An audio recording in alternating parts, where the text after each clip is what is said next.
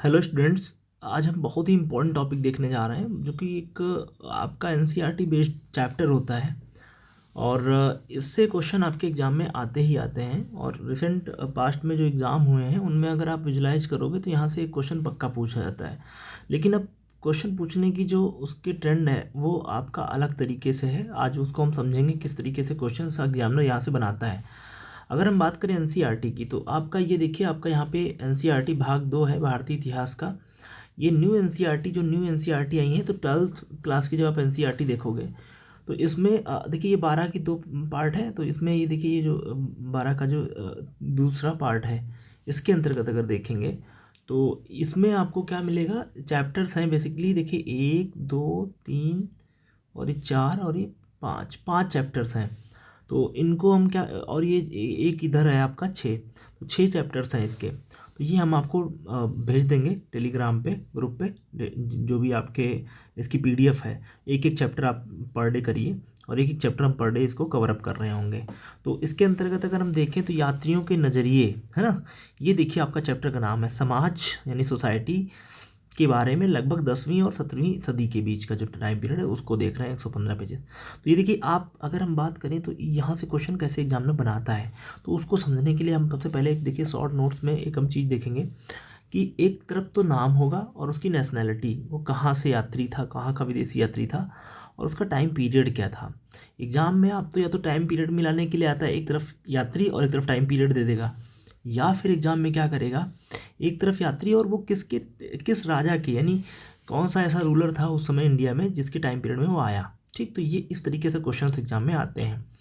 तो इन क्वेश्चनों को करने के लिए सबसे पहले देखिए यहाँ पे क्या लिखा हुआ है। पहला जो है दाइमेकस। दाइमेकस एक ग्रीक और यूनानी यानी एथेंस का एक यात्री था जो बेसिकली 320 से 273 ईसा पूर्व के बीच में टाइम पीरियड में बिंदुसार के टाइम पीरियड में आया था। तो बिंदुसार आप जानते हैं मौर्य काल का शासक है और इसके टाइम पीरियड में आया। फिर देखिए हम बात करते हैं किसकी, इसको विजुलाइज करिए ज़रा सा। देखिए ये है अगला हमारा जिसका नाम है मेगास्थनीज। नाम आपने सुना होगा, ये ग्रीस से यूनान से ये भी था और ये 302 से 298 ईसा पूर्व में मौर्य काल में आया था। आप जानते हैं मेगास्थनीज ने इंडिका लिखी है जो आज की डेट में उपलब्ध नहीं है, उसकी जो मूल प्रति है। तो ये कहीं ना कहीं मौर्य टाइम पीरियड में आया।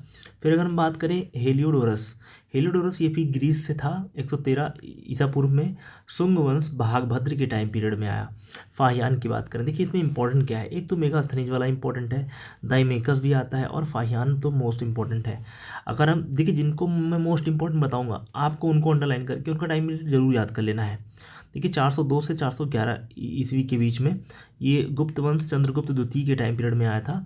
अगर हुएनसांग की बात करें तो ये चीनी यात्री है, 627 से 643 ईसा पूर्व में। पुष्यभूति जो आपके हर्षवर्धन से रिलेटेड है, इसिंग आया है एग्जाम में, हुएनसांग और इसिंग दोनों आए हुए हैं 671 से 695 ईस्वी के बीच में हर्षवर्धन के टाइम पीरियड में आए थे। सिंह महोदय चाइना से आपके आए थे। अगर हम बात करें अल सुलेमान, ये फारसी था, 850 ईस्वी में प्रतिहार वंश मिहिर भोज के टाइम पीरियड में। अल मसूदी अरब से 956 ईस्वी, इसको छोड़ दो, इतना इंपॉर्टेंट नहीं है। But Alberuni is most important. Khwarazm जो आज की डेट में उज़्बेकिस्तान कहलाता है, वहाँ से आया था अलबरूनी। गजनवी के साथ आपको पता होगा 1024 से 1030 के बीच में। इसने लगभग 6 7 8 साल 13 साल लगभग क्या किए थे टाइम पीरियड जो है इसने। आप देखिए यहाँ पे तो 6 ही साल है, 6 साल लगभग अप्रॉक्स इसने भारत में बिताए थे। तो ये चीज़ आप याद रखिएगा। मार्को पोलो की अगर बात करें तो इतावली था, इटली का रहने वाला था। देखिए 1289 से 1293 के बीच का इसका टाइम पीरियड है। दक्षिण भारत में पांड्य शासक थे, काकतीय डायनेस्टी और रुद्रमा देवी के टाइम पीरियड में ये आया था। इब्न बतूता मोस्ट इंपॉर्टेंट है, ये बहुत पूछा जाता है। मोरक्को जिसकी कैपिटल रबात है जो तट के पास में है, वहाँ से आया था ये अब इब्न बतूता। और ये लैंड रूट से आया है बेसिकली 1333 से 1347 के बीच में इसका टाइम पीरियड है। तुगलक के टाइम पीरियड में एमबीटी यहाँ पर हुआ था, जो कि जिसको हम कहते हैं मोहम्मद बिन तुगलक के टाइम पीरियड में आया था। याद रखिएगा, बहुत इंपॉर्टेंट टॉपिक है। शिहाबुद्दीन अल उमरी, ये इतना इम्पोर्टेंट है, दमस्क से आया था 1348 ईस्वी में। ठीक है, तो इसको आप छोड़ दीजिएगा। निकोला डी कोंटी याद कर लीजिएगा, कोंटी इटली से था और ये 1420 से 1421 ईस्वी के बीच में विजयनगर साम्राज्य के देवराय प्रथम के टाइम पीरियड में आया था। और इसके नीचे वाला तो और इम्पॉर्टेंट है, अब्दुल रज्जाक फारसी था और इसने जो है बेसिकली ये टाइम पीरियड में आया है 1443 से 1444 के बीच में विजयनगर साम्राज्य में देवराय द्वितीय का टाइम पीरियड था। ये बहुत बार पूछा गया अब्दुल रज्जाक, और इसकी बुक के बारे में भी पूछा जाता है, इसको आप तैयार कर लीजिएगा। फिर देखिए अथानासियस निकेतन, ये भी इम्पोर्टेंट है। अभी मैं बताऊंगा क्यों इम्पोर्टेंट है। इसने जो है हीरे के बारे में चर्चा की है, वो मैं बताऊंगा अभी। देखिए बहमनी मोहम्मद तृतीय के टाइम पीरियड में आया था, 1470 से 1447 की 74 के बीच में है, 1470 से 74 के बीच में।